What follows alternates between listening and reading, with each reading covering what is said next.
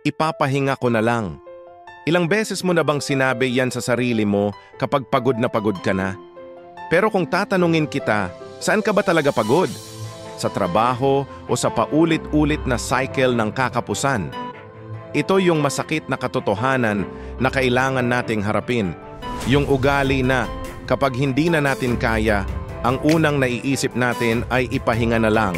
Huwag niyo akong ma-misinterpret. Hindi masama ang magpahinga. Kailangan yan ng katawan at isip natin.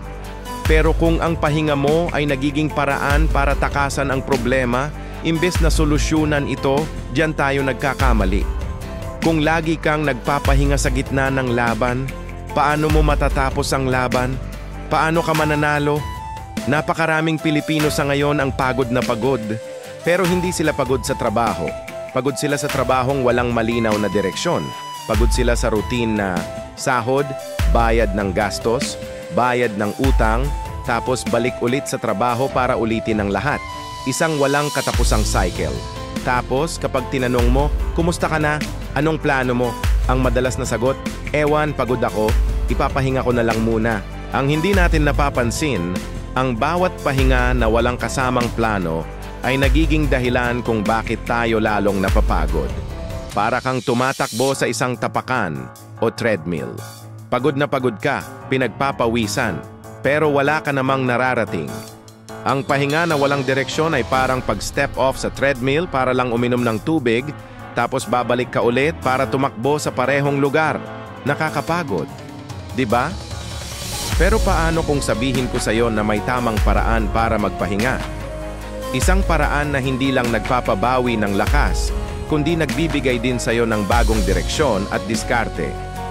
Kung gusto mong umangat sa buhay at makaalis sa cycle ng pagiging pagod at kapos, kailangan mong matutunang magpahinga ng may dahilan. Hindi para tumigil, kundi para maghanda sa susunod na laban. Ito ang 3-step diskarte sa pagod na pero tuloy pa rin na gusto kong ibahagi sa inyo. Unang-una, pahinga para magplano. Sa susunod na maramdaman mo yung pagod, huwag mo lang isipin na gusto ko ng break. Gamitin mo yung oras na yon para sa isang seryosong self-reflection. Tanungin mo ang sarili mo, ano ba talaga ang gusto kong baguhin? Saan ba nanggagaling ang pagod na ito? Ito ba yung trabaho ko? Ito ba yung mga gastusin ko o baka naman yung mindset ko? Ang pahinga ay perfect time para mag-strategize. Kumuha ka ng papel at ballpen, isulat mo kung nasaan ka ngayon at kung saan mo gustong makarating. Ang pagpaplano ang unang hakbang para bigyan ng direksyon ang pagod mo. Pangalawang diskarte, pahinga para magbago. Kung ilang taon mo nang ginagawa ang parehong bagay, at nakukuha mo ang parehong resulta na laging kapos at pagod, baka signal na yan na kailangan mo ng pagbabago. Minsan, ang kailangan natin ay hindi agad-agad bagong trabaho o bagong business. Minsan, ang kailangan lang natin ay bagong sistema o bagong mindset. Sa panahon ng pahinga mo, mag-aral ka ng bagong skill. Manood ka ng mga video na magtuturo sa iyo tungkol sa financial literacy. Magbasa ka ng libro. I-assess mo ang budget mo at tingnan kung saan napupunta ang pera mo. Ang pagbabago ay nagsisimula sa maliliit na adjustments sa ating pang-araw-araw na gawi. Gamitin mo ang pahinga para i-upgrade ang sarili mo.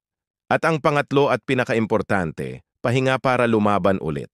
Ang tunay na pahinga ay hindi yung nagpapatulog sa iyo sa kalungkutan o pag-aalala. Ang tunay na pahinga ay yung nagbibigay sa iyo ng lakas at tapang para bumangon at lumaban ulit. Para itong isang boksingero na bumabalik sa corner niya in between rounds. Hindi siya pumupunta doon para sumuko. Pumupunta siya doon para makinig sa coach niya, para uminom ng tubig, para punasan ang pawis, at para ihanda ang sarili sa susunod na round. Ganyan dapat ang pagtingin natin sa pahinga. Ito ay isang strategic pause para i-recharge ang ating energy, i-refocus ang ating isip at i-reignite ang ating fighting spirit. Ang pahinga ay hindi pagtigil, ito ay paghahanda. Tandaan, ang pag-ahon sa hirap ay hindi sprint, isa itong marathon. Magkakaroon talaga ng mga pagkakataon na mapapagod ka. Pero sa susunod na sabihin mo sa sarili mo na ipapahinga ko na lang, dugtungan mo ng ipapahinga ko para makapagplano, makapagbago at makalaban ulit. Sa susunod nating episode, isang masakit na katotohanan na naman ang ating tatalakayin, lalo na para sa ating mga bayaning nasa abroad. OFW ka pero wala pa ring naipon? Bakit? Kaya kung ayaw mong mahuli, i-click mo na ang subscribe button at i-turn on ang notification bell. Salamat sa panonood. Dito sa Money Smart PH, naniniwala kami na ang tunay na pahinga ay hindi pagtigil, kundi paghahanda para sa panibagong laban. Hanggang sa muli,